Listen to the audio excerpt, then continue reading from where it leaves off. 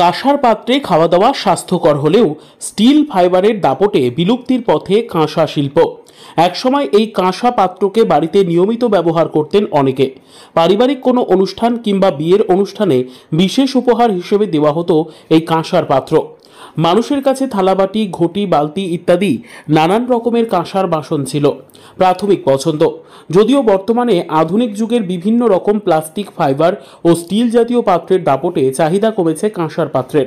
বাড়িতে সাজিয়ে রাখা বা শখ করেও এই কাঁসার পাত্র কিনতেন অনেকে। আবার অনেকের মতে এই কাঁসার পাত্রে খাবার খেলে শারীরিক সুস্থতা বজায় থাকে। বাবারা, দাদুরা, ঠাকুরদারা করতো, ওদের কাছ থেকে শেখা হয়েছে এটা। এখন আর নতুন করে কেউ শিখছে না, কারণ কাজটা খুব কঠিন। আর তাছাড়া এটার চাহিদা অনেকটাই কমে গেছে, কারণ স্টিল, ফাইবার এগুলো উঠাতে আমাদের এই চাহিদাটা অনেকটা কমে, কারণ এটার দামটাও বেশি পড়ে। কারণ এটা আমরা পুরোনো প্রযুক্তি থেকে তৈরি করি, তার জন্য এটার দামটা অনেকটাই বেশি পড়ে।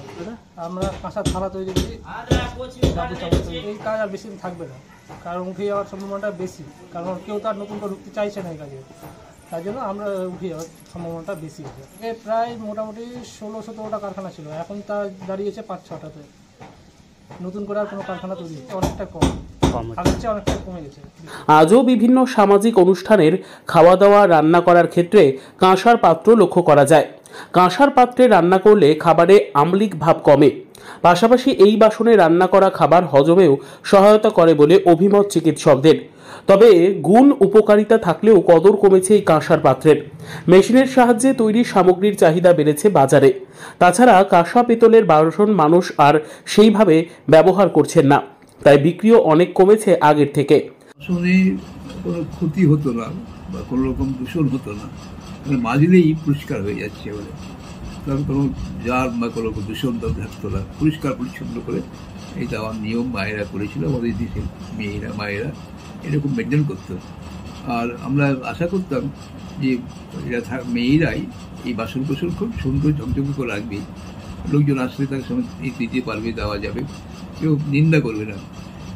মানে পুজো থেকে আরম্ভ করে সাধারণ মানে ভোজ বা নিমন্ত্রণ বা লোকে খাওয়ানো বা নিজেরা খেতে যাওয়া, এইসব বিষয়ে কাঁসার থালা দিয়ে উপহার দেওয়া, কাঁসার থালা মানুষকে দান করা, বিয়ের সময় মেয়েকে পাত্র ঘরে পাঠালো, শ্বশুরবাড়িতে পাঠানোর সময় কাঁসার বাসন কত দিয়েছে, কত বাসন পাওয়া গেল, তারপরে একটু মানুষকে দেখতে যে খুব ভালো দান পড়েছে না কম পড়েছে, কাঁসার বাসন দিয়েছিল প্রকাশ করা হতো।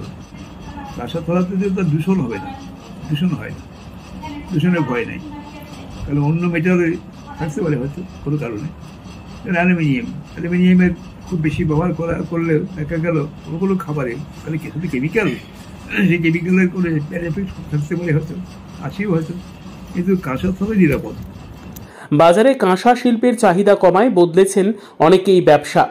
তবে আজও মালদহের ইংরেজবাজার শহরের দুর্গাবাড়ি মোড় এলাকায় কাঁসার পাত্র তৈরি করেন কংসবণিক সম্প্রদায়ের বেশ কয়েকটি পরিবার। বর্তমানে এই কাঁসা শিল্পই রোজগারের একমাত্র ভরসা তাদের।